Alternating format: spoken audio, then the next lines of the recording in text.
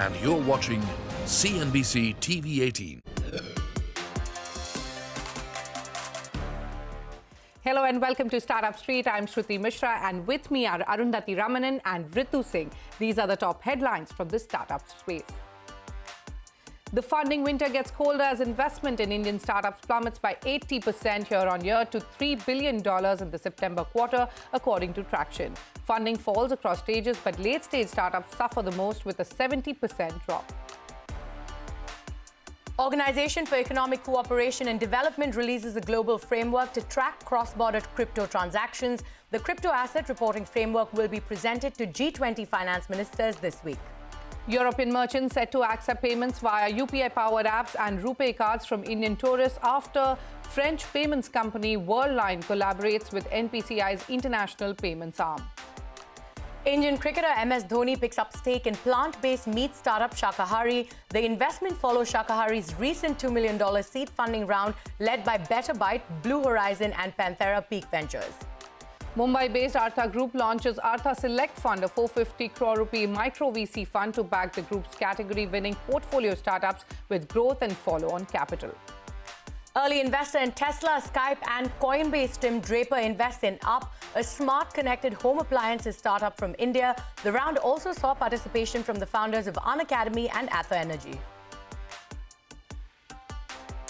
On What's Brewing today, Worldline, a global payments firm, has joined forces with the NPCI to empower mobile payments for Indian tourists in Europe. Indian customers can now use UPI and RuPay to pay European merchants. Ritu, take us through these details. How soon will this happen?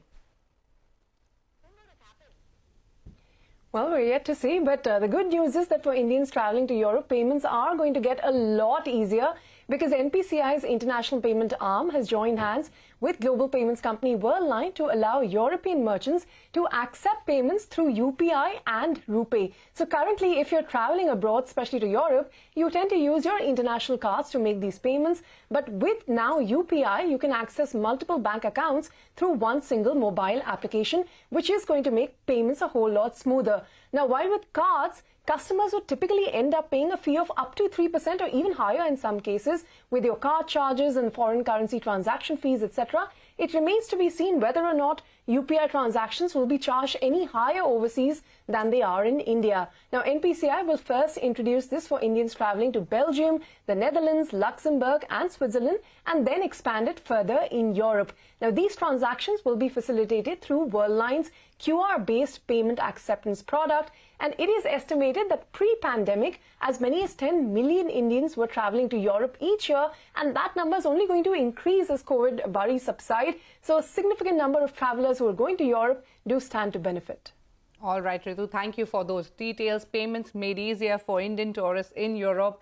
Many thanks for those details. Moving on, also on What's Brewing, Mumbai-based Artha Group has announced the launch of a winners-only micro VC fund called the Artha Select Fund. The Artha Select will be a 450 crore rupees fund, including a green shoe option of 120 crore rupees. Now, banking on the performance of its first fund, Artha Group has set up Artha Select Fund with the intention of backing their category-winning startups in their follow-on rounds. And to elaborate on these plans, joining me now is Anirudh A Damani, the managing partner at Artha Select Fund. Anirudh, welcome to Startup Street. Artha Select Fund has already raised its first 100 crores in less than 3 weeks, as current LPs have doubled down on the winners of Artha Venture Fund, which is an early-stage micro VC fund.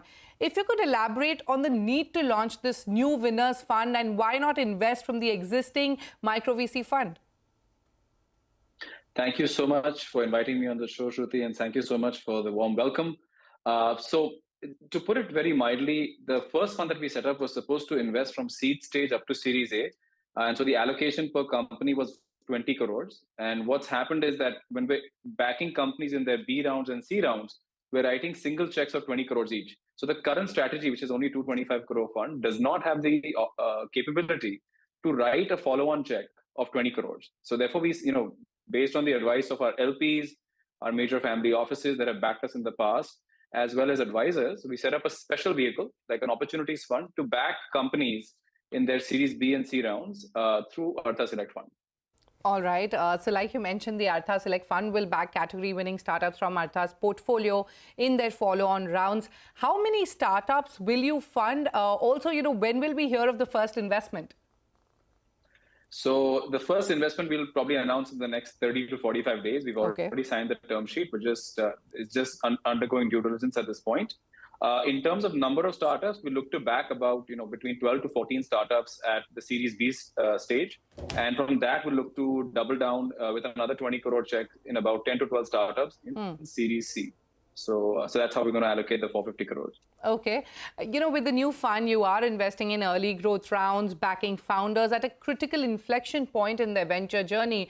What is the added firepower that Artha Select Fund will provide its founders for them to chase sound business metrics like revenues, positive unit economics, and most importantly, profitability? So tell me, apart from capital, what else is on offer?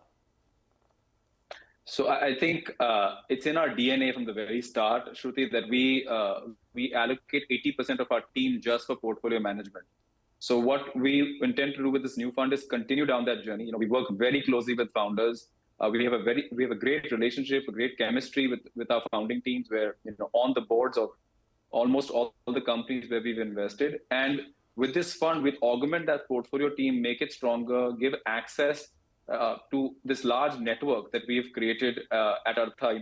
We also come from the capital markets, over 50 years of a journey over there. So we intend to utilize this capital and as well as our network to accelerate the growth trajectory for our companies, and again, at a sustainable level in a sustainable way. Okay, so your fund will back category-winning startups from Artha's portfolio with their follow-on rounds. You announced the final close of Artha Venture Fund in June last year at over 225 crore rupees, and you've made 27 investments so far. Tell me, who are the established winners of Artha Venture Fund? Oh, so many. Let me tell you, first of all, the one that comes first to mind is Lane Club. It's India's largest peer-to-peer lending platform. Yes. It's a company now lending close to 12,000 crores a year on the microfinance side. We've got a company called Everest Fleet, which is the largest fleet manager for Uber in India.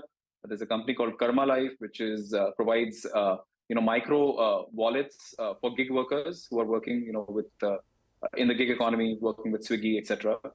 We work with another company that comes to mind would be Lemnis, which is a CDP platform, as well as Dalchini, which recently raised its Series A round, which is it's the largest network of vending machines in India. Okay, all right. Let's now talk about the micro VC environment. Anirudh, what is the typical check size? How different is the approach from an early or a growth stage investor? So, most micro VCs usually are very wide at the start, right? They try to build a pretty large portfolio. Their usual checks would be about 2 to 3 crores. Some maybe as small as 50 lakhs as well. But where we differentiate is that while we're wide as a normal micro VC would, right? We intend to do about 30 to 35 companies at the seed stage. What we've created something very unique in India is that we are able to give access to 75 crores of follow-on capital for a company that enters us at the pre-seed level through our Artha Access program, which is where we co-invest with accelerators. So any company, right, we're probably the only domestic fund in India now where we can give a clear access to an early pre-seed company that as long as you're performing and as long as the metrics are in the right direction, we can give you access to 75 crores worth of follow-on capital across your seed to Series C round. All right, coming back to the Artha Select Fund, the target is to reach 450 crore rupees. How soon do you, aim to fulfill that target? Also, if you could talk about some of the LPs and some of the partnerships that you've garnered so far.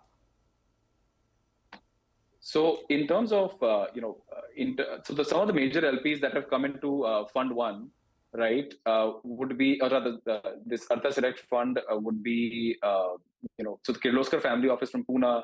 We've got Madhusudan Kelaji's family office that has come in. We've got Narendra Karnawat from Karnawat & Company, SAT Industries, which is a BSE listed company, and a host of companies that have come in, and as well as investors. Rajiv Lakhotia from Srikarni Fabcom, from Jayashree Polymers, we had Varun Bansal, and all of these guys have backed us, right from the very start. Right, as soon as we opened our doors for investment, we had all our previous investors coming in and writing checks.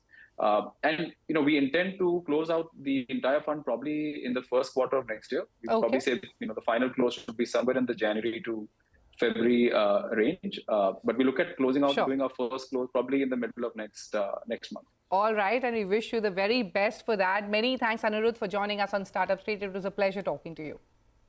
Thank you so much, Shruti. A pleasure talking to you as well. Moving on, Chandigarh-based electric vehicle startup EVage has signed an agreement with Toshiba India, where Toshiba will supply its SCIB rechargeable lithium-ion cells to power the next 10,000 EVage electric commercial vehicles. Now, the partnership follows 2 years of development and joint validation to incorporate these cells into EVage's proprietary ultra-stable and rapid charging battery packs. EVage has raised $28 million earlier this year, which was led by US-based VC firm Red Blue Capital.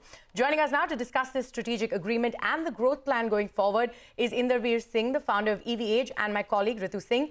Inderveer, thank you so much for joining us on the show today. Like I said, you've signed a strategic agreement with Toshiba India, where Toshiba will supply you with its SCIB lithium-ion cells for the next 10,000 EVage delivery vans. Now, take me through the contours of this deal. You're also the first to use this tech for delivery vans. Yeah, thanks for having me at this show, first of all. So essentially, the concept of the deal is where Toshiba would support with their technology, the SCIB technology, into our battery packs, which would go into our commercial vehicles that will be launching soon. And the support from Toshiba would be great, because we're getting a tried and tested entity which has been into the market for a lot of years, supporting with their technology. They are critical to India and to our customers because they are one of the safest packs that we have made right now. It is stable at 65 degrees centigrade, and which is ultra critical for electric vehicles in India specifically due to the tropical conditions that we face.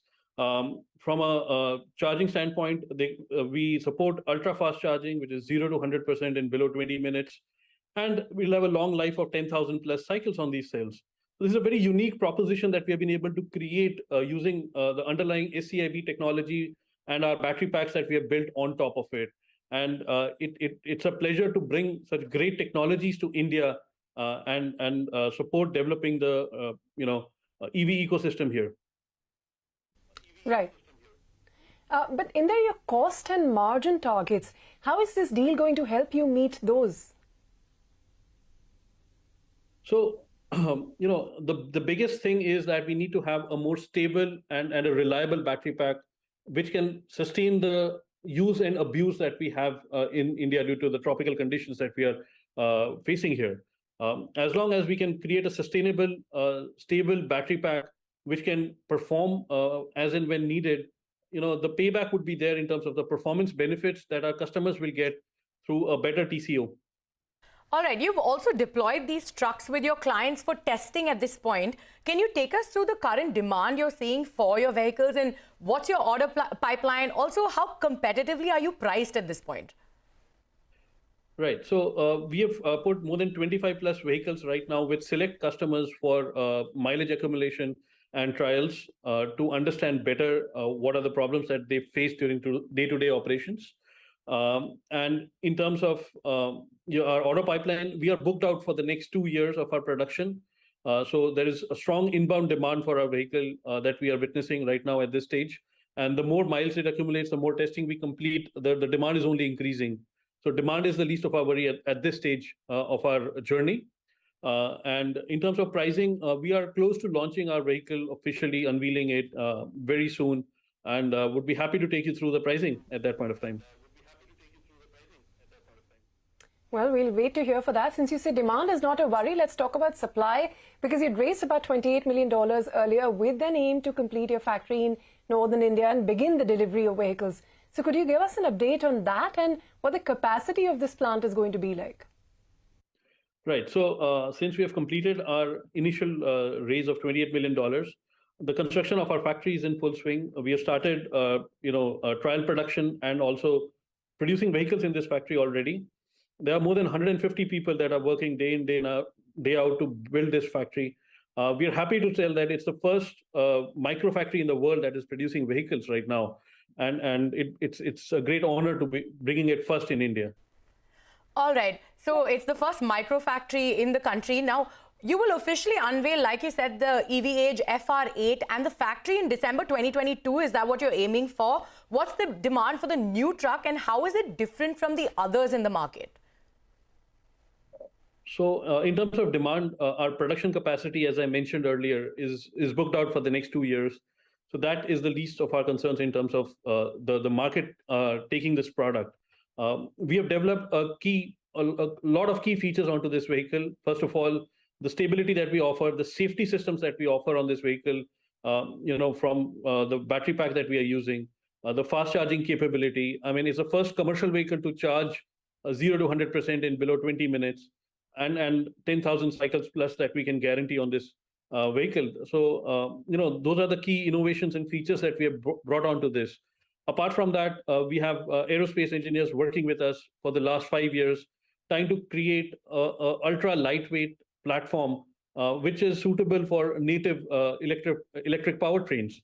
And we would be the first native electric platform to sort of come out with this, ultra lightweight, sustainable platform. All right. If I could just ask you a question, charging infrastructure has been one of the key points in India where, the infra on that front is not 100% there. So what are the challenges that you foresee going forward on the charging infra front? Charging infra is a bit of a chicken and egg situation if you look at it from that perspective. Right. Essentially, once the demand for chargers are going to be there, which is going to be created by the supply of these vehicles, I believe the infrastructure is catching up. And if you look at India from a global perspective, we are among the leaders in the developing world to have the electric vehicle rollouts that are happening. And I'm pretty sure that in the times to come, the charging infra is only going to increase at a much faster pace. There are a bunch of private players, there are a bunch of government schemes that are there to put more chargers on the road. So I guess the worry about charging infrastructure is going to be a worry of the past very soon. All right, so the worry of charging infra is going to be a worry of the past. All right, Inder, thank you so much for joining us on the show, and we wish you all the best going forward. Thank you. Thank you so much.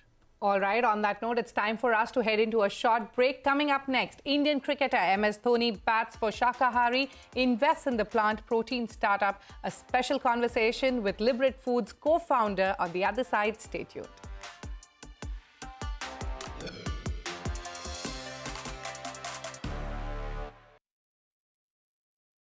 Let me introduce me. Just be you. Lenovo Yoga. Do what I do. The market works 5 days a week, and so do you. So how do you ensure that your money works 24/7? We'll give you a complete rundown on how to make money with mutual funds. Axis Mutual Fund presents MF Corner at these times on CNBC-TV18 and CNBC-TV18.com. Presented by Axis Mutual Fund.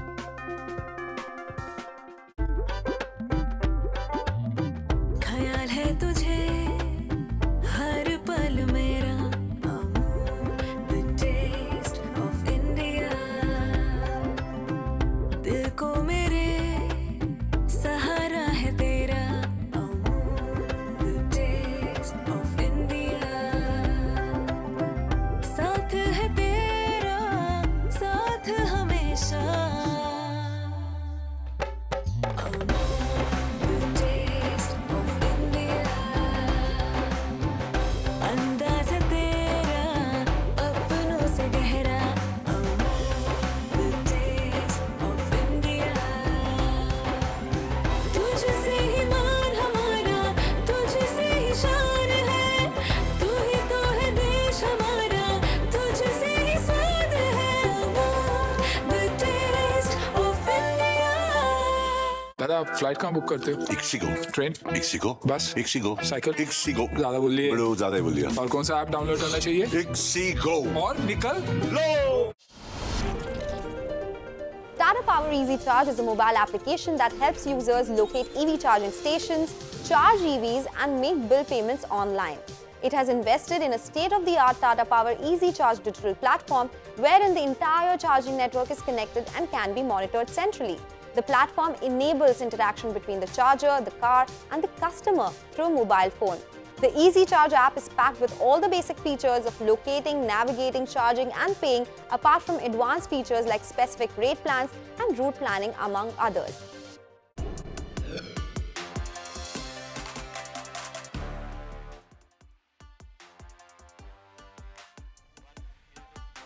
Well, Indian cricketer MS Dhoni has invested in plant protein startup Shaka Harry. The former Indian captain has also picked up an undisclosed equity stake in this company. The investment comes at a time when plant-based protein market is picking up steam, with Tata's and Licious being the most recent entrants. My colleague Shilpa Ranipeta caught up with Anand Nagarajan, the co-founder and CEO of Liberate Foods, which runs Shaka Harry, and started by asking him how this deal with MS Dhoni came about and what role Captain Cool will play in the company. We reached out to his office, we reached out to his office and we presented what we were doing. Interestingly, his office has been looking at this space quite closely, and they'd already been tracking this space and understand it quite well in terms of what alternate proteins were already there, what are the global trends in the market. And I think it was an absolute, it was a phenomenal journey for us in also learning from them in terms of what are the kind of vision that they had for this space, and I think they just found it with us, and it was a perfect match. With someone of Mahi's stature, right, I mean, this is inspirational. Our entire team stoked, right, and obviously he has some ideas in terms of how he looks at the protein space, right. I mean, he is one of the fittest sports people that we still have. So obviously his inputs in terms of where product dev is going to be, his inputs in terms of customer sentiment, his inputs are going to be important for us. Like I said, he's our captain now, right? So we just see him as a more inspirational thing for us in terms of building this consumer sector out. Very recently, we had also announced that we'd raised money from some of the best plant protein funds globally. And this is a sector that typically requires a little bit of customer education. It's still new, it's exciting. Customers still want to know what's there. And who better than Mahi coming in and leading that charge from the front. And like we said today, right? I mean, it's a brand new captain. It's our captain Dhoni is on board with us, so we're super excited about it. Post this investment, what's your next area of growth going to be for Shaka Harry? So we're currently in about 10 cities around. We're in 10 cities. We're omni-channel. We're in about 800 locations across the country. We're servicing, I think, in excess of 30,000 customers, and we're expecting to triple that in the next few months. Now, Anand, we've seen several large players entering the plant-based meat space like the Tatas, and now Licious too has entered. So how do you see competition in this space, and what's your value add here? See, we are a core food tech company, right? So we have extremely deep food technology with us. The entire solution, the product range of Shaka Harry has been built bottom up within the Shaka Harry team, right? Our product development is I think one of the best that we have in this particular space. In terms of competition, I think it's too early for us to start looking at other players as competition, and I think it's a space where we all need to go out there and put great products in front of our consumers and customers and give them the choice to come in and do that. And we welcome the bigger players coming in. It just gets more brand awareness out there. It gets more category awareness out there. And I think it's great for us to have more people coming in. It just validates the space that we are in. Currently, what's your customer base and what's the kind of growth that you're seeing monthly? And give me a sense of what's the kind of revenue that you're hoping to exit with this year? Yeah, so we're currently servicing, I would say, between 30,000 plus customers on a monthly basis. We're seeing this grow at a very healthy clip rate over the last couple of months. And our estimate is this would probably triple in the next couple of months that we're looking at. So we'd be at about 100,000 customers probably by the end of this year, is typically where we're looking at it. Anand, currently you have a range of products just like chicken and just like mutton, and these include parathas, samosas, fries, and I think momos too. So what's next in the pipeline? Take us through your expansion plans. Oh, we have an absolutely stellar product lineup lined up for the next couple of months. We're going to be launching between 2 to 3 SKUs every month for the next couple of months at least, right? So we see a whole load of main meal products. So we've done a lot of products around snacks, around celebrations. Our category now includes main meal solutions for everyday breakfast, everyday lunch, and for dinner. So we'd start looking at more products coming out. So we have curries, biryanis, we have a whole range of those products coming out. We have a bunch of grab-and-go products. We're looking at an entire range of grab-and-go, and we'd be launching a world cuisine range probably by the early part of next year. And finally, Anand, how many cities are you currently present in? What's the expansion plan there? Are you also eyeing international markets or exports as well? Yeah, so we're currently in 10 cities in India, and we're already starting to look at international markets. I think our first exports would come in within the next 6 to 8 weeks. We'd start looking at exporting to the larger Western markets, and we see a huge scope for this market there. In terms of our growth, I think the next couple of years is about building this category, building this range out, and that's where we're going to be, right? So I think 10, 15 cities, the top 15 cities is typically where we're going to focus on. I think we're going to focus more on product development, product availability, increased distribution, and I think that's going to be the kind of priority that we're looking at, and I think that's where growth is going to come in for the next couple of years. Well, moving on to a CNBC-TV18 exclusive, the Competition Commission of India is likely to issue final orders in the Google Play Store case soon. We learned from sources that the CCI came up with a penalty along with a suggestive remedy as part of this final order. Just to remind you that in 2020, Google implemented a 30% commission for all Play Store transactions, a decision that was widely criticized by stakeholders. Timsy Jaipuria joins us with more details. Timsy, what are you picking up? Well, when it comes to the CCI order, the sources, well-placed sources in CCI are telling us that soon a final order is on the anvil, and when it comes to what will entail in the final order, well, it could come up with a penalty as well as some suggestive remedies that Google will have to put coming forward in its strategy. When it comes to what is the view of CCI, which is actually going to be part of the final order, well, sources say that 30% commission charged by Google for apps not owned by Google is too high. Google should look at reducing the commission charges and not misuse the dominant position in the market. Also, on payment mechanisms, CCI is likely to suggest that Google should not make it mandatory to make payments only via Google Pay, and there should be other payment modes and mechanisms that should be available for these transactions.